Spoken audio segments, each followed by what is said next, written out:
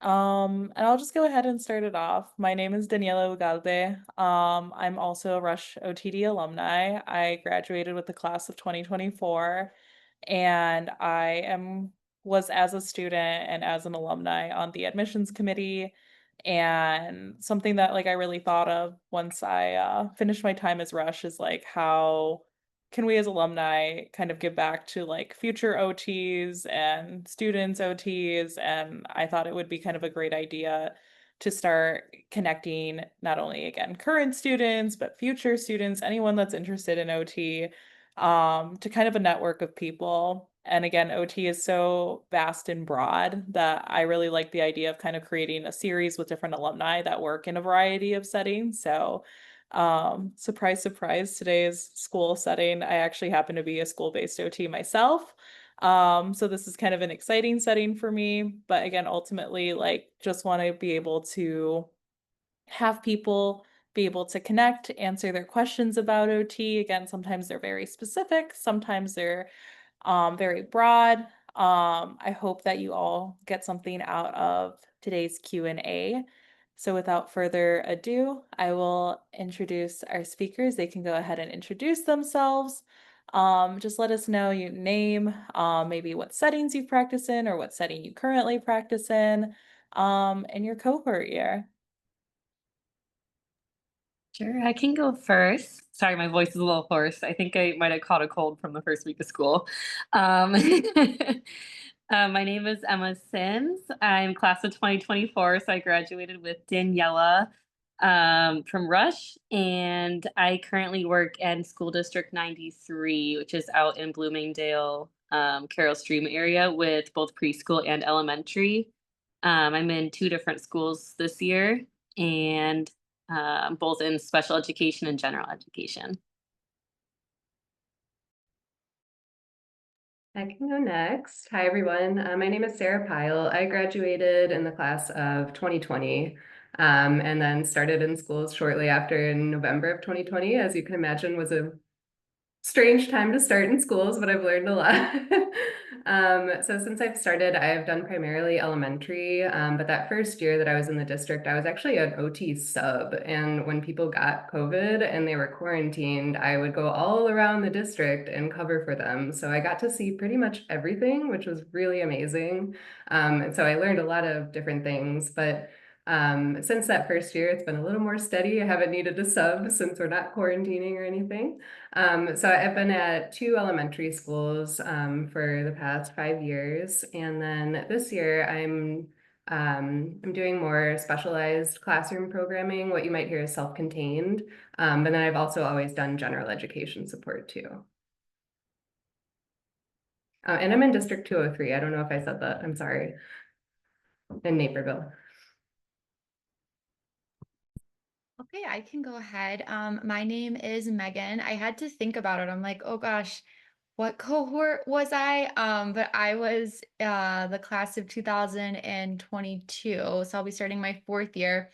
I've always done the schools. I right after I graduated, I started in the schools, and I worked for SACID. So I worked for a cooperative. So and we can talk more about the different terms and what that looks like. But I worked primarily with elementary and middle school my first year, and then I did that again my second year.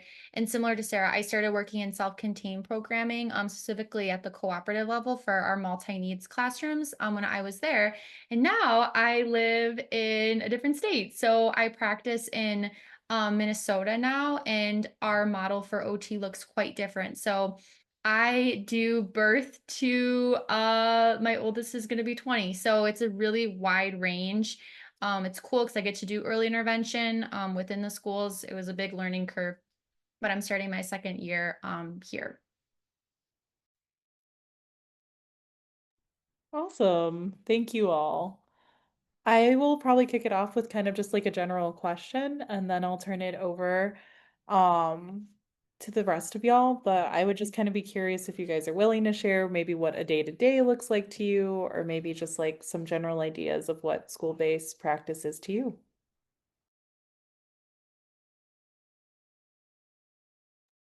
I can go first. So kind of a day in the life. So I said I work in two different schools. So depending on the day, my day looks really different.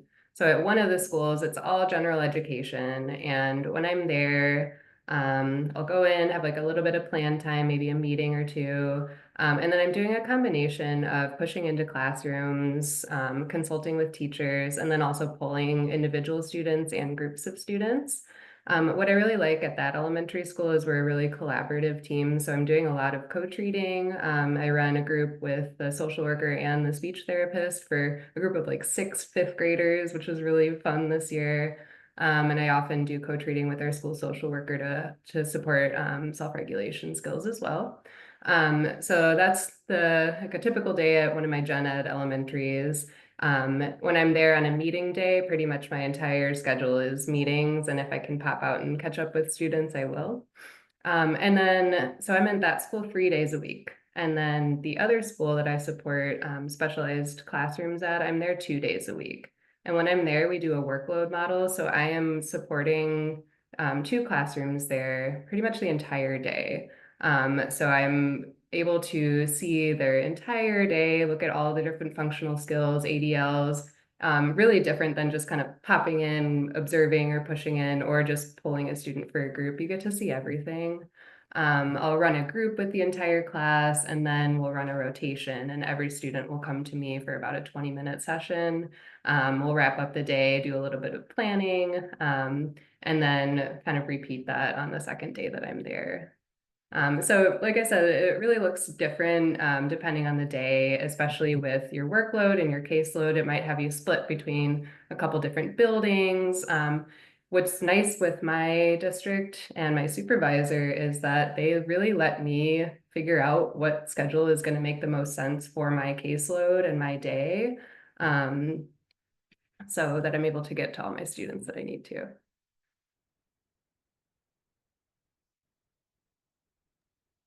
I can go next. I actually have a similar day in the life to Sarah because I'm at two schools as well.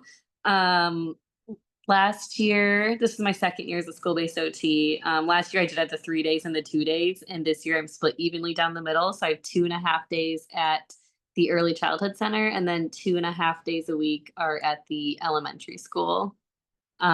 So my day-to-days does definitely look different, like Sarah said, based on which school I'm at. The preschool has 2 sessions a day, so there's an AM and a PM session for the kids. So in the morning, I'll see a whole different group of kids. I do push in a lot more into the preschool setting. Our preschool is currently transitioning into like a full inclusion based preschool. So a lot of our kids are in the specialized academic rooms with higher needs, have the opportunity to go into the blended classrooms with their gen ed peers. So being a part of that has been something different this year, but very cool because you kind of get to provide your lens as an OT to that process. And, they're directly asking for ideas on how we can support the environment and what our students will need pushing into those classrooms. So that's been very cool, something different this year. Um, but again, like Sarah said, some days there's designated meeting days when you're in a school oftentimes. So some days I have less students scheduled because I'll have more meetings that day for my caseload. And then some days I'm fully into that specialized classroom. So I have the preschool specialized classroom, and then I have a 3rd through 5th grade one at my elementary school. So pretty opposite ends of that range. But I'm really excited. I'm looking forward to this is a new elementary school for me. So it's been nice collaborating with the team there, doing an OT speech therapy group one of the 2 days I'm there. So yeah. Really similar to what Sarah and Emma said too. Um, I am in, I think, 4 schools, and we're actually in the process of scheduling. So it's always like chaos is figuring out where you're gonna go. Um, the big thing I would say, for me, just an extra consideration are the home visits, right? So in our birth to three, if we're going into the homes or the daycares too, there's just that commute piece of it. So it's a pretty packed day when you're commuting and then seeing students back to back. One of the really cool things this year that we're doing, and again, I love how like we talked about co-treating collaboration with other disciplines. I feel like this is like my favorite part about working in the schools, especially with speech and language, since in my district I work in like rural Minnesota.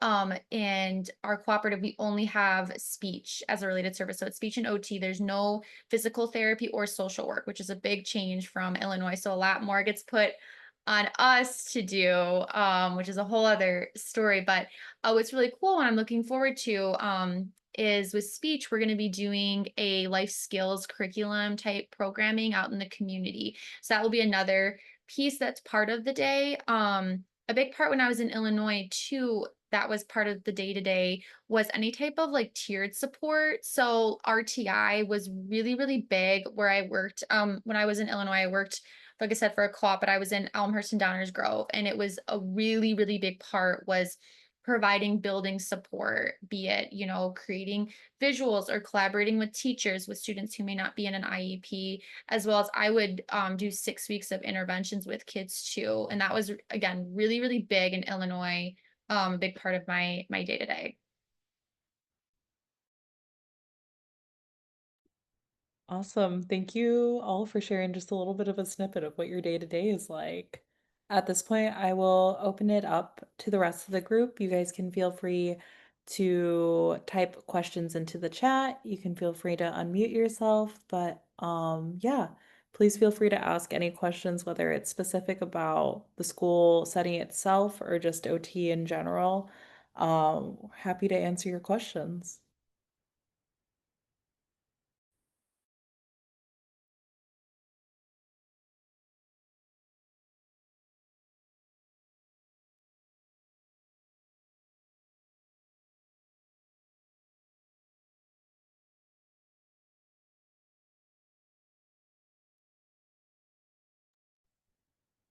Okay, good first question and good energy in the chat. I like it.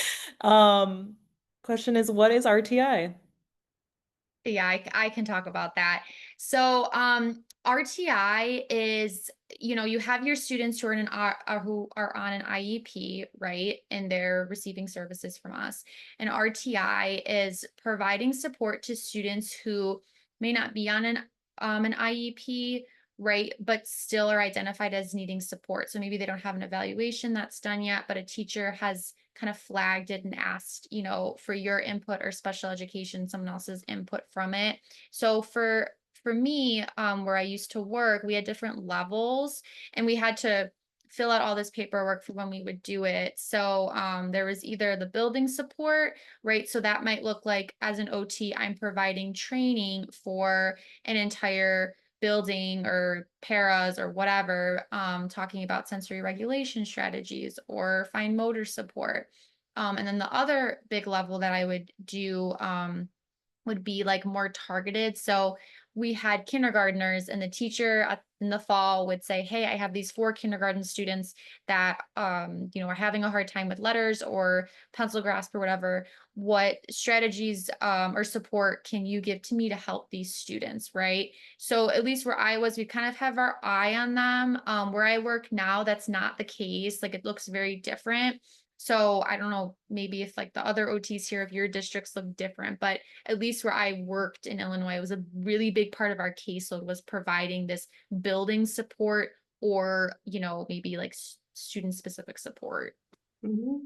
I can try to I made a quick visual because I'm a school OT. You'll see this pyramid a lot when we talk about RTI and MTSS tiers. I know it's backwards in your cameras, but one on the bottom, tier 1 is stuff that everybody gets in the school. So that's like, how is the school designed? How is the environment for everybody? What is the curriculum that everybody receives? OTs, we do a lot to help that tier 1, even for students that are not on our caseload. We're collaborating with principals, with classroom teachers to develop programming and things like that that can impact the entire school. Tier 2 would be like those small groups, handwriting, maybe pushing in and co-treating with a classroom teacher to hand off some strategies. And then tier 3 at the top be those like more intensive interventions. You're pulling an individual student to really work on some skills. So MTSS is another way that you'll hear that. It's a multi-tiered system of supports and services. You'll hear those acronyms a lot. The world of school-based OT is all acronyms. It took me quite a while to figure out what they all mean. So those are all valid questions, but yeah, I agree. MTSS, multi-tiered support services. That's what my district really emphasizes. So it does really lend to how collaborative the school-based setting is too. We're just constantly working with teachers in classrooms, no matter if we have a student on our caseload or not in there. So. Thank you. Next question is, any tips on finding OTs to shadow in school settings or mental health? Can definitely come shadow me. I do a lot of self-regulation and supporting mental health with the team. Like I said, I do a group with the school social worker. We're always very open to having students come and observe to learn more about the setting. So you have probably my contact information, but feel free to reach out to me. And if I'm not able to do it, I'm happy to connect you with another OT who could. I actually work for a co-op. I know Megan mentioned that a little bit earlier. So I work with a whole group of OTs, and my co-op is called CASE, so Cooperative Association for Special Education, and we serve multiple districts in Illinois. So it may be helpful to find a co-op of some sort. I know that Case at least has about 40 OTs, and they're in all different practice areas, stages of life for the kids. So that might be a good place to start at. Thank you guys. What were your fieldwork experiences like, and how have those fieldwork placements informed your current work?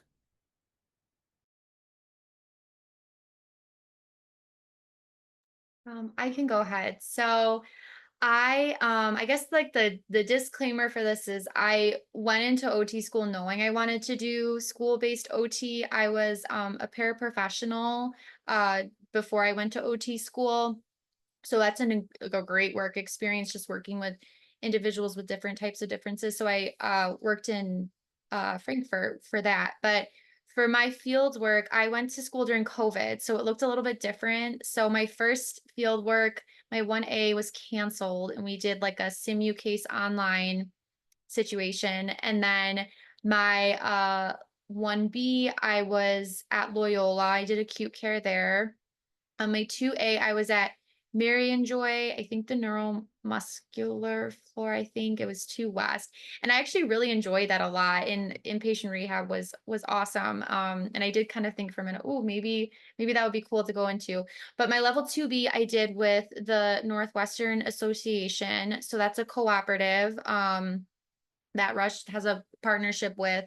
And I was in Batavia and Geneva, and we did primarily EC and elementary, and I loved it. And it was such a good experience to see OT in the schools because it is different, than other practice settings, what they may look like. So that was a really good experience to do. And I think if you're interested in it and you're interested in pursuing field work, doing school-based OT, I think would be really great. Before I left, I was supposed to take a student from Rush, so I was super bummed about that. But I know SACID at least has a group, and I think one of the lead OTs also went to Rush too, and she's really open to students and having them shadow and have different types of experiences. I can speak next about my field work. So for my level ones, first I was at Bonaventure House, so that's more community mental health.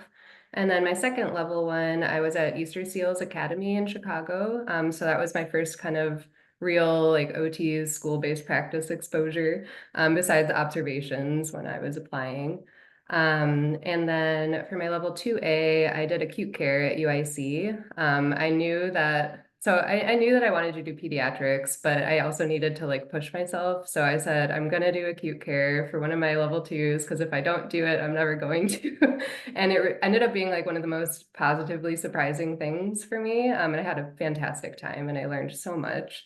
Although I didn't end up choosing that practice setting. And then for my level 2B, I did Oak Park Public Schools. So that looked a lot like my days now when I'm at the Gen Ed Elementary School. That was a great exposure to what it's really like to be an elementary school OT supporting Gen Ed. So that really helped me be able to step in as a new grad into the public school setting. And then for my capstone project, I was at another therapeutic day school called Lawrence Hall, and that was really more mental health focused. So that is where I learned a lot about trauma-informed care, and about teacher collaboration and coaching, and really leaning into our consultative model that we can use. And I think that informed a lot of what I do in the schools regarding mental health, especially at the tier 1 level.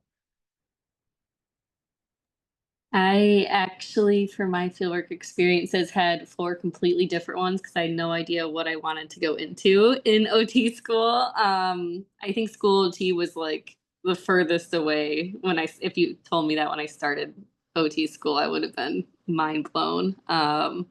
So my level 1A was Arts of Life, which is a day program for adults with intellectual developmental disabilities. And it's like an artist co-op where the artists will come in, there's support throughout the day um, from the staff there, and they're working artists. They work on making art throughout the day. They collaborate with that team to sell the art, put on shows, things like that. And that was a very cool experience, very different from um, the rest of my fieldwork experiences. But my second one was subacute care in Arlington Heights. That one was good in different ways as well. I love building relationships with the folks in that building as well.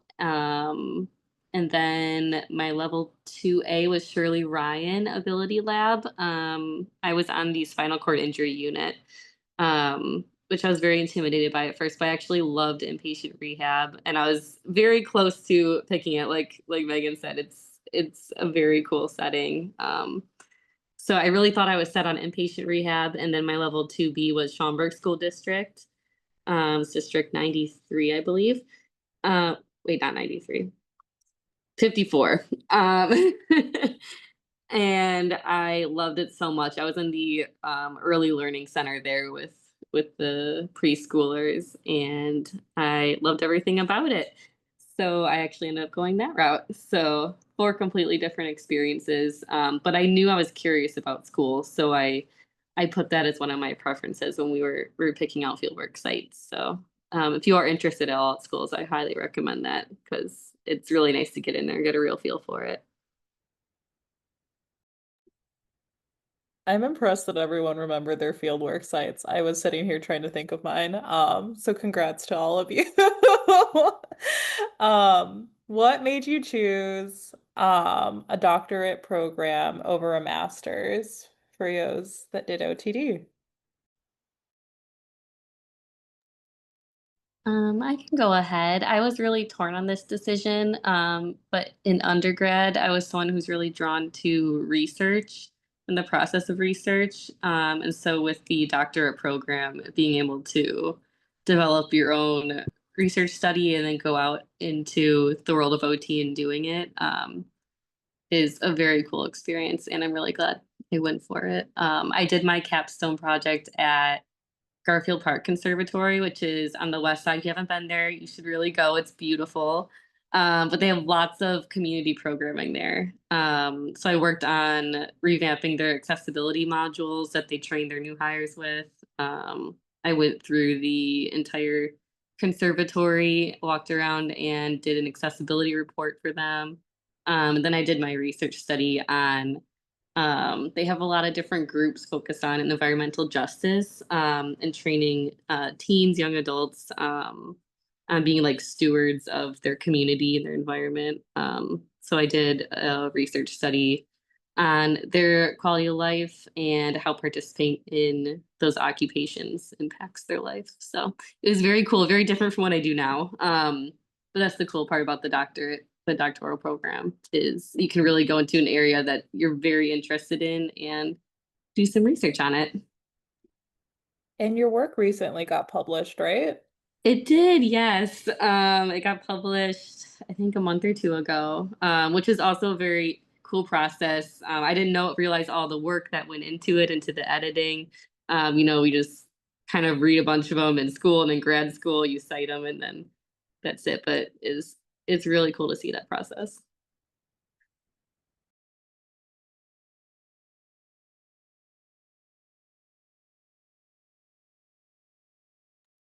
Thank I you, Bridget.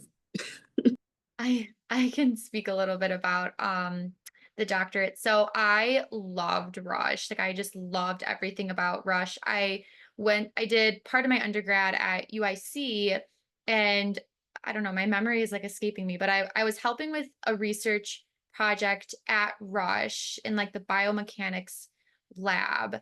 And I just was exposed to the culture of Rush and I just loved everything about it. So honestly, I just wanted Rush, be it master's or doctorate, but I will agree a lot with Emma. I feel like doing the capstone is just like a leg up and it prepares you in an extra way to be a leader within the community, or just within your work. Like I feel like I have confidence and knowledge now that I'm able to carry with me to my current practice. And my capstone was like very, very niche. I was looking into like spiritual advocacy. It's very different from what I do now, but I feel like that experience and the process behind it really helped to craft me into the professional that I am now today. Similarly, I was able to jump in kind of my first year with some like training and things for other OTs and other staff members because of my experience with the capstone project. I did an all-staff training last year about co-regulation and a whole series on trauma-informed care, and that was exactly what my capstone project was. So it was really cool to be able to be like, yeah, I did this, and I'm a new grad, but I also like have this powerful project that I came away with, and I can actually like give it to someone and do something with it. It was really cool.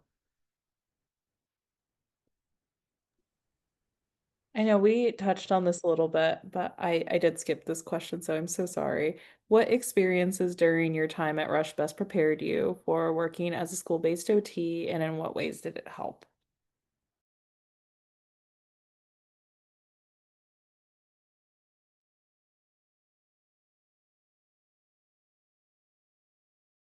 I think the first thing that comes to mind is OT school is a lot. It is a lot of managing time and being on top of deadlines. And I feel like now being in the schools, there is a big piece to manage, especially if you're in multiple schools working with multiple teams and different people. You really have to kind of be on top of everything. And I feel like just being in OT school, that really helped just kind of get me prepared early on for creating a schedule and holding myself accountable to deadlines and dates of that sort in order to kind of carry that over into my practice now in the schools.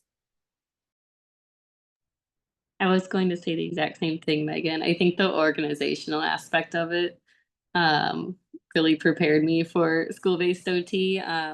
Really need to, keep in communication. So many emails get written every day. That really reminds me of graduate school as well.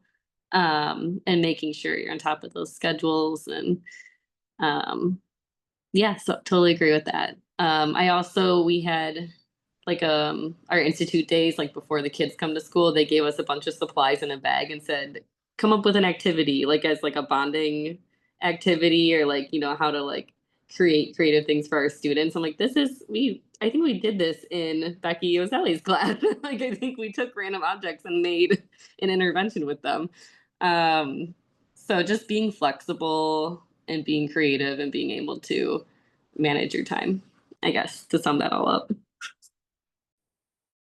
I think any clinical experiences, just getting in there and really working on your clinical observation skills, because that is a lot of what we do is observing in that natural school setting and then determining from there, what does this student need? What do they need to work on? What do I need to provide? And you start honing those skills right away in OT school. So just really, really pay attention to those clinical observations, any opportunity you can. Awesome. Next we have, what size was your cohort? How many students? And then I'm just curious, like, what was your relationship like with the other students in your cohort? There were 36 in mine, and I'm still in a group chat with about 8 of them. So, and we still hang out.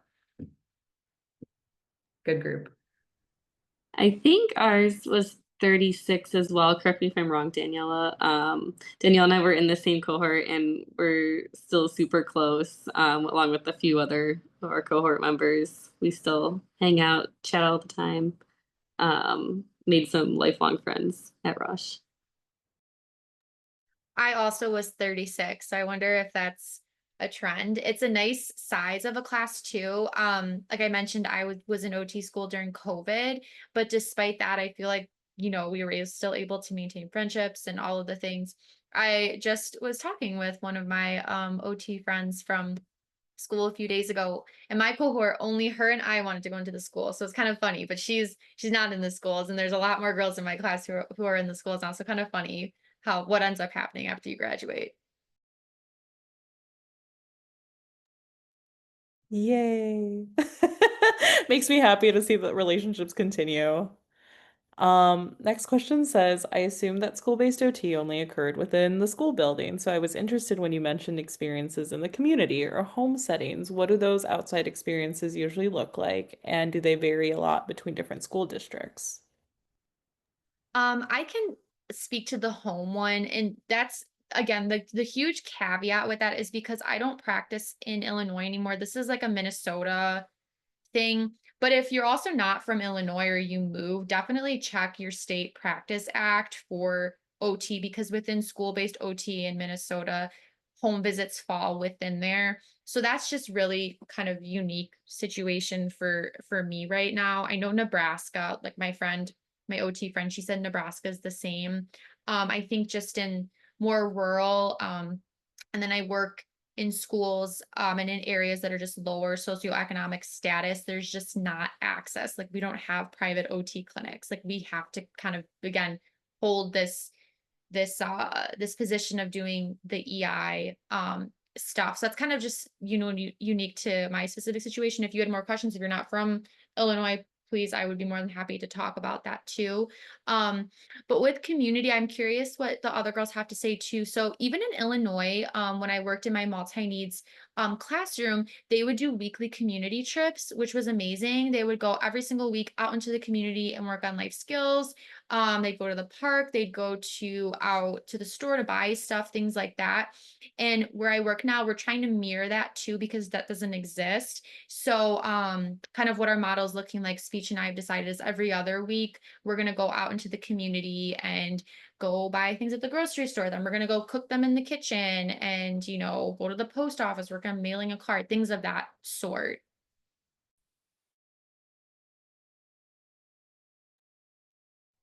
I personally have not had a homebound student that on my caseload that I visited, but I have several coworkers that they'll go out to the home if that student can't come to school for an extended period of time, due to medical conditions, most often.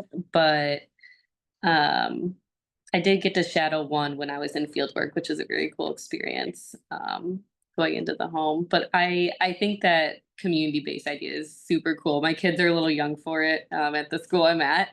But I think that's an awesome idea. I would love to see more of that. I haven't had the opportunity myself to go out on community, but it is something that our programming does. The program that I'm with is called Structured Learning, and they typically do go out into the community about once a week. And home visits do occur in our district too. I just have never been a part of one, but I have spoken with other therapists who do them. And then I have done some telehealth sessions for a homebound student. That was actually over summer school though, so that practice model is a little bit different.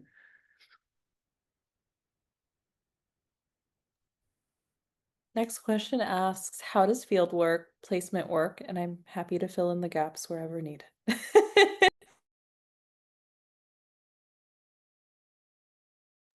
I'm trying to remember. I know it was only like few I know. years I'm ago like, for I'm the me. longest out. From what I remember, Rush has a software called Exact, and they have every established fieldwork site in there, and you can rank which ones you'd like to have the most. And then there's a lottery system. Danielle, you might have to fill in gaps, but Yeah, I that's think we filled out like our preferences, and I think you rank them. Um, and then the computer probably does a lot of magic that I don't understand. But I was yeah. able I to was get pretty lost. much like all of my preferences. I felt like that worked out really well for me. I did as well, actually. Yeah, I will say like in our cohort, like I guess multiply 36 times 4, right? Because everyone gets 4 placements. I think they said they only did 4 non-preferences for the entire cohort, which I thought was amazing. Which was pretty impressive. But yeah, pretty much what you do is like there are established fieldwork sites. You rank them, I believe, from like I believe it's like 1 to 6 for your shorter ones that are 2 weeks, and then you have two that are 12 weeks, and you rank those 1 to 10. And also like, yes, it is a lottery system, right? So maybe things like Surly Ryan, right, that are like really big up there and a lot of people would love to see. It's kind of like everyone gets like a little bit of a lottery ticket and it's randomized in that way, but at the same time, like fieldwork placement coordinators are really open to having discussions. If there's a fieldwork site that you don't see on there that you want to go to, definitely a discussion that you can have and definitely something that you can work with our faculty on establishing that new relationship and going out there. Like I believe one of our cohort members went to Scotland and did a mental health setting in there, which I thought was awesome. That's something she advocated for and created that relationship for Rush.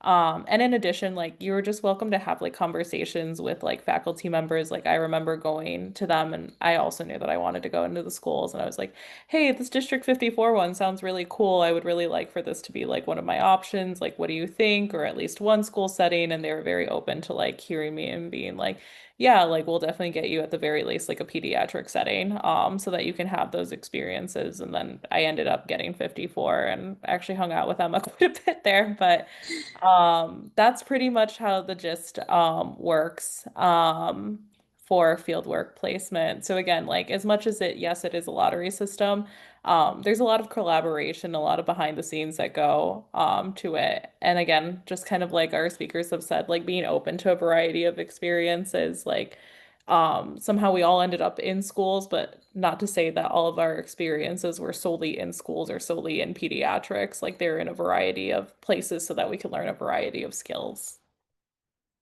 Yeah, I think I took one thing from each of my field works and like brought it into what I do today. I learned a little bit of something from each of them, whether they're the short ones or my 12-week ones. Absolutely. And sometimes it comes full circle, and then you work with your level 1 fieldwork advisor, who's now working in my district, and now we're colleagues. It's pretty cool. Yes. That I will say universally, no matter what setting, OT is a small, small world. So make those connections. If you had one piece of advice for applying to Rush OT, what would it be?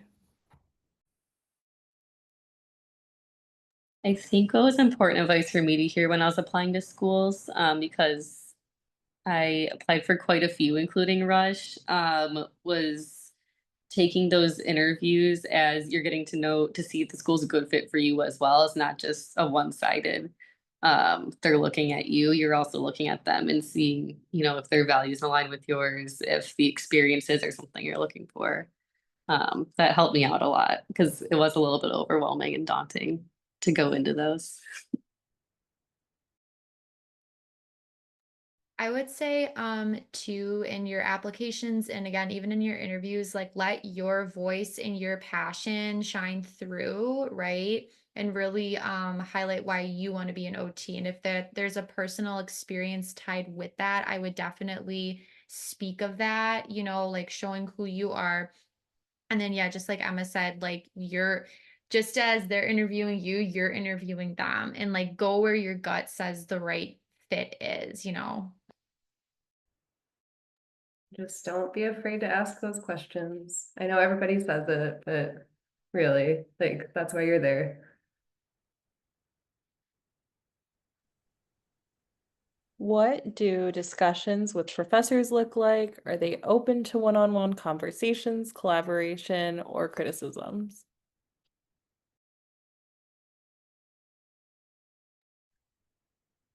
I would say That's very much so. And that's something different between my undergrad program and then when I came to Rush is how close you get to the faculty.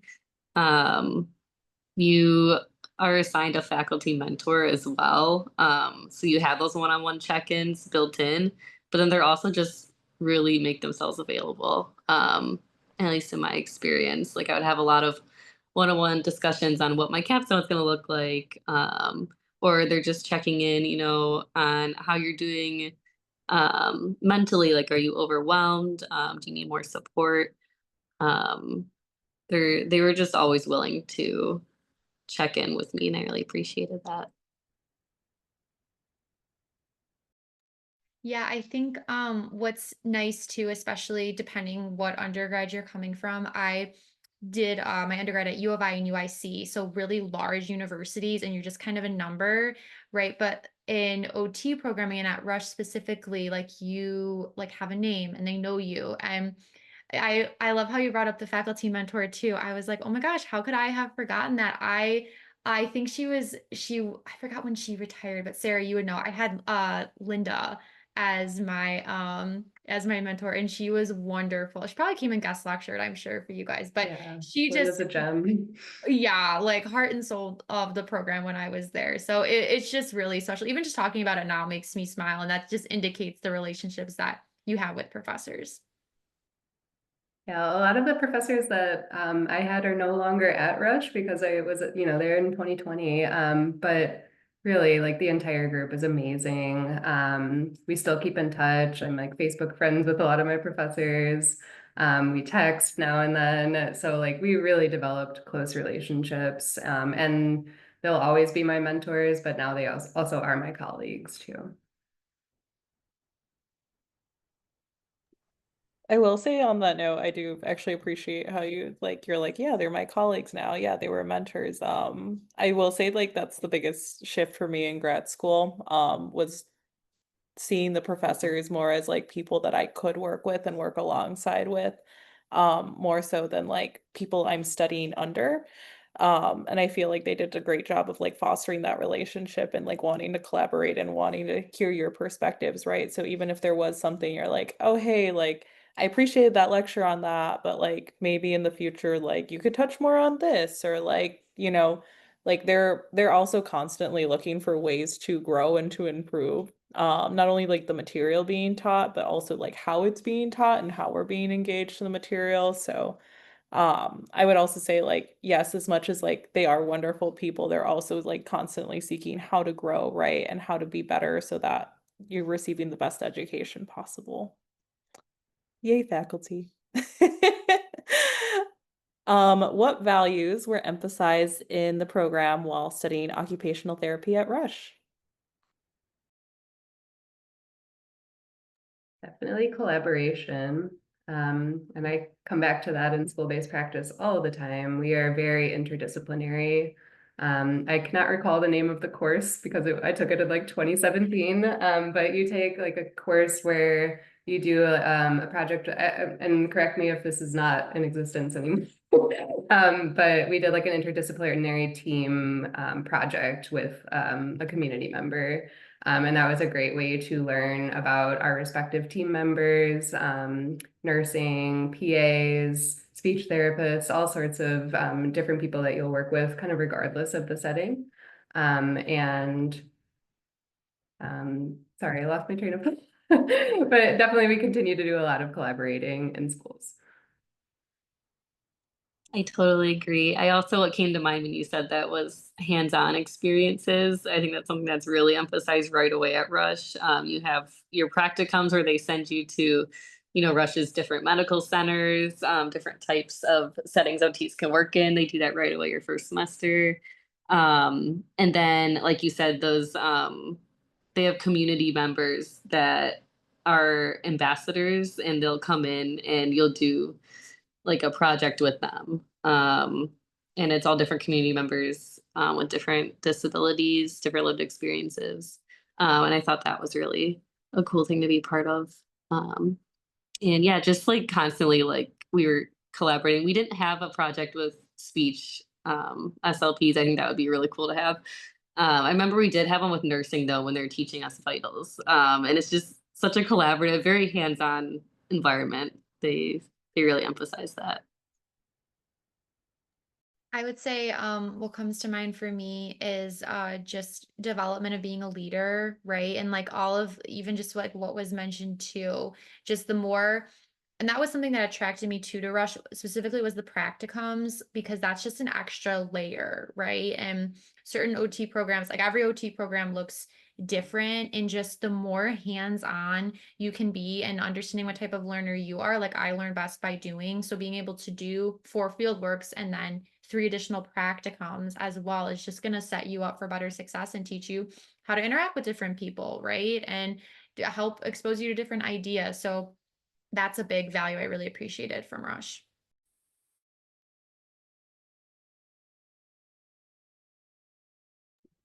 Excellent. Thank you so much, everyone, for sharing your experiences. And exactly the question I was going to end on. So congrats to you, Steph. Just noting that we have 10 more minutes. So if you want any other like last minute questions added into the chat, go ahead and add them in. I'm happy to read them. But great question. What made you choose Rush?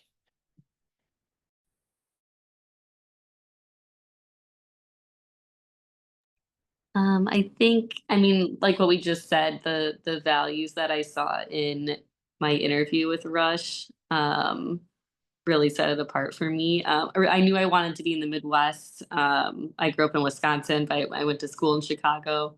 And then during COVID was when I was applying. I was like, I want to go back to Chicago.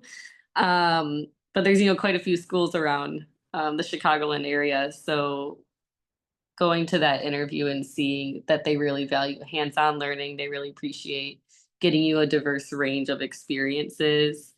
Um, and that research heavy element that the entirety of Rush carries, not just the OT program, is I thought was really special. What drew me to it.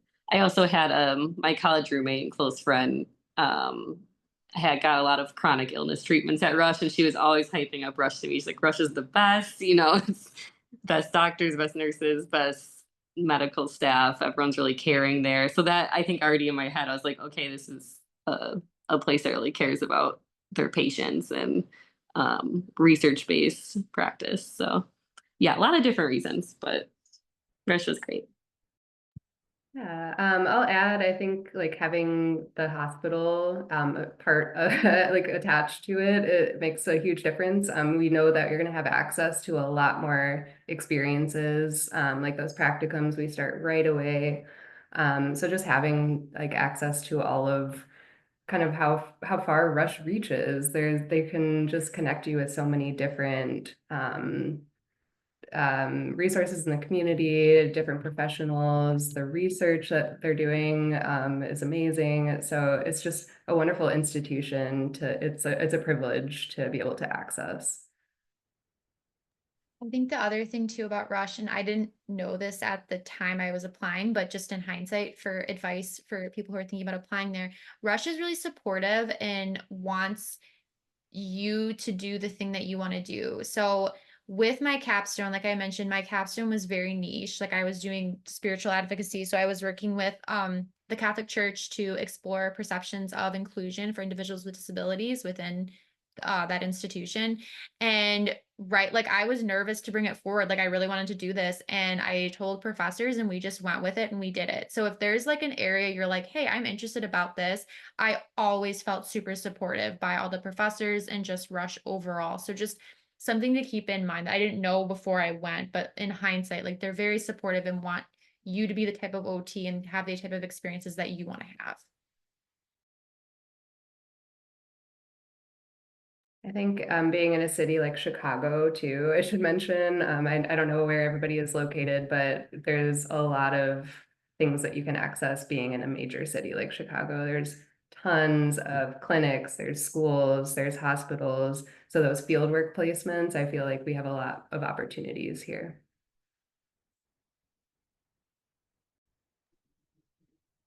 And I'll just chime in very quickly. I think the reason that I chose Rush was just like a commitment to like diverse experiences and honoring diverse people. Obviously like the field of OT can be very niche sometimes and very specific.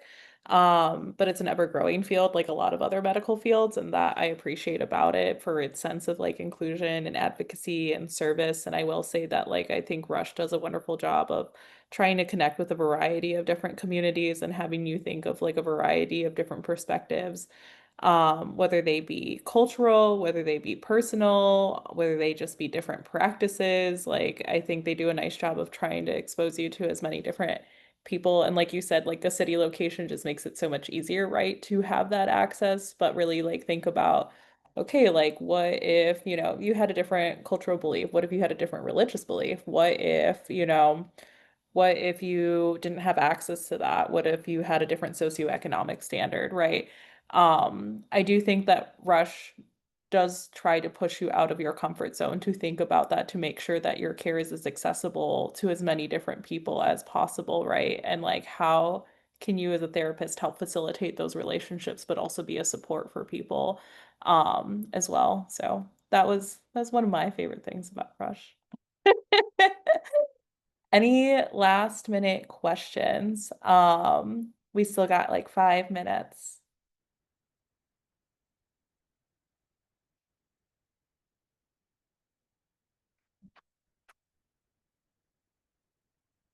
I'm also practicing wait time.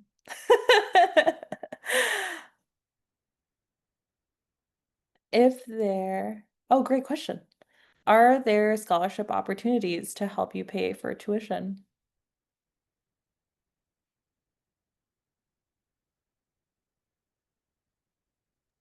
Um, yes, I know Daniela has probably more information on this as well. But there are scholarships. There's also work study opportunities. I was a work study student. When I was at Rush, I worked at the Alzheimer's Disease Center, which is connected to the professional building that we would take classes in. So it was wonderful. I loved it there.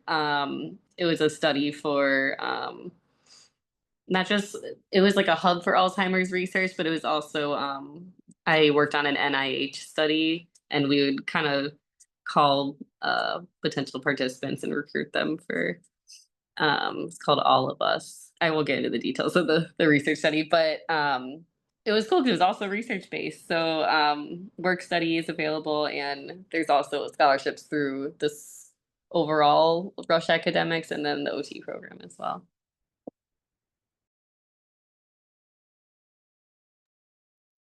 There's also opportunities to be like a graduate assistant from what I remember, and then you would get like a specific stipend, right, for the amount of work, and you're working under a professor. So that's like also really nice experience, because not only are you getting probably some additional research experience, but also like a lot of academic experience too, right? So like, what does it mean to be an OT in academia and getting to help with those different positions? And what's really cool is like they try to do a really nice job with the GAs and trying to pair like our professors with their specific interests with the GAs specific interests as well. And so I feel like they do a nice job of combining those. Like, so again, not only do you get a financial benefit, but you also get like, again, kind of that side gig of like mentorship and getting to learn and getting to do some of the like in and outs as well. So I know that Rush still does have that.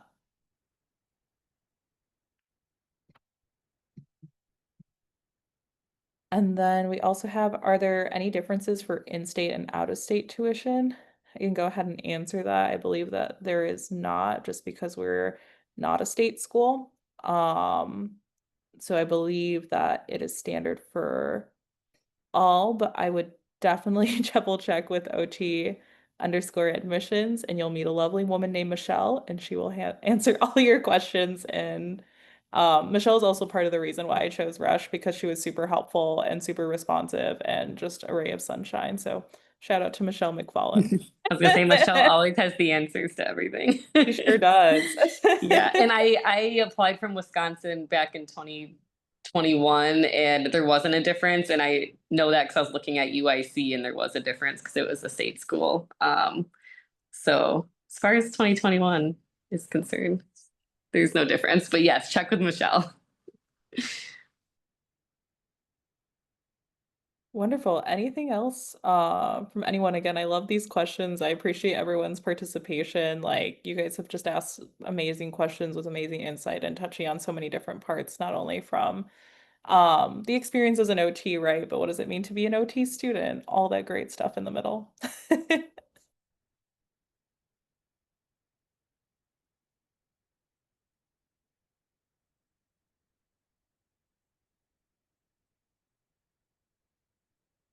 Okay. Well, then we will go ahead and wrap up. Again, I know Bridget had to leave a little bit early, but she just wanted to say thank you so much for, our guest's time tonight. For everyone that came onto this call, please feel free to reach out to Bridget underscore J underscore Han at Rush EDU or OT underscore admissions at rush.edu if you have any additional questions or any specific questions about applications. We look forward to receiving all of those very soon. Um, right now, I'm gonna excuse our excuse and thank our guests so much for their time. We appreciate you all. If you are wanting to connect with them, if you guys want to drop maybe your email in the chat, that way people can have it, contact you for shadowing or any additional questions if you guys are open and willing. I'm gonna hang out a little bit on the Zoom call, answer any remaining questions that there are. But yes, thank you so much, everyone, for your time tonight. And I hope you have a wonderful night. Thank you all. Thank you, Daniela. Thank you, everyone.